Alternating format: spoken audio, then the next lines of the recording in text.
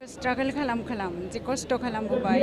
जे टार्मिनेशन होखांनायनि उनाव उइथड्र खालामफिनदोंब्लाबो जोंखौ 2015 निफ्राय जे पेमेन्ट गैयालासिनो जोंखौ माने खाथि होबाय थाबाय स्कुलाव माने खिन्थु दिनै मोननानै गोजोननाय मोनदोंब्लाबो जों इखौ फिल खालामदों जे आगोलनिफ्राय जितु जों सेलारि बेयाव फैयालासिनो जों दा निउ माबायाव फैफिनबाय बा थेवब्लाबो जायखिजाया मोननानै जों गोजोननाय मोनदों माने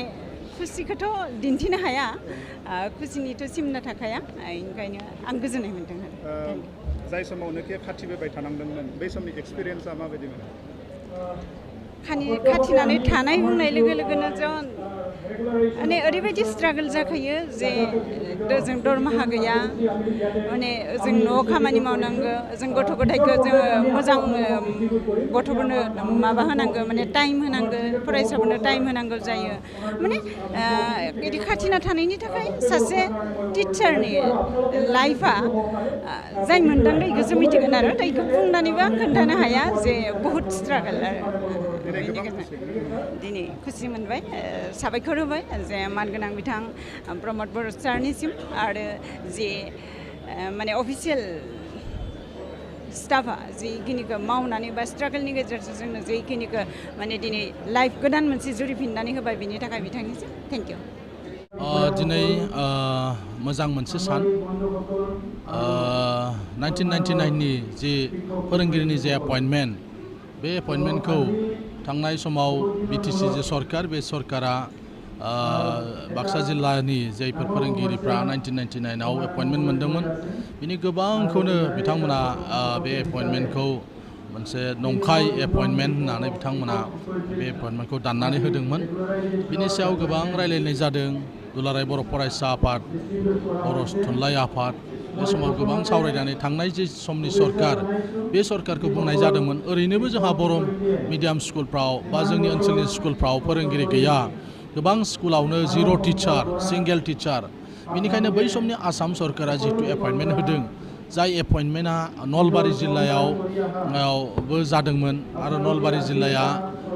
एपइन्टमेन्ट मोननाय मानसिफ्रा फोरोंगिरि हिसाबै हाबा मावगासिनो दङ दरमाहायाबो जिहेतु आसाम सरकारनिफ्रायसो फैयो बिनिखायनो बाक्सा जिल्लायाबो बेखौ मानिनानै लानांगौ बा बिटिसिआ बे एपइन्टमेन्टखौ मानिनानै गनायनानै लानांगौ होननानै बे समाव गोबां आफादफ्राबो बुंदोंमोन फोरोंगिरिफ्राबो बुंदोंमोन नाथाय थांनाय समनि जे सरकार बे सरकारा एसेबो बिथांमोना बेनि सायाव नायफामनायखौ खालामाखैमोन दा फैयै फैयै दानि जोंनि बिटिआरनि मानगोनांथि प्रमद बर'नि दैदेननाय जि सरकार बे सरकारनि समाव बे गासैबो बाथ्राफोरखौ फारि फारियै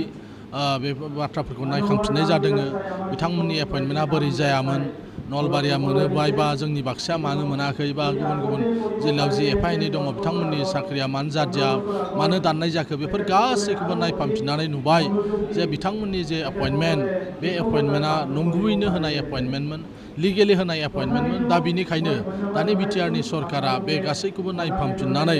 302 सुबुंफोरनो बा फोरोंगिरिफोरनो गोदानै दिनै बिटिसि सरकारनिफ्राय एपइन्टमेन्ट होनायनि जे हाबाफारि बे हाबाफारिखौ लानाय जादों दा फोरोंगिरिफ्राबो बाहाय दिनै रंजानाय मोन्दों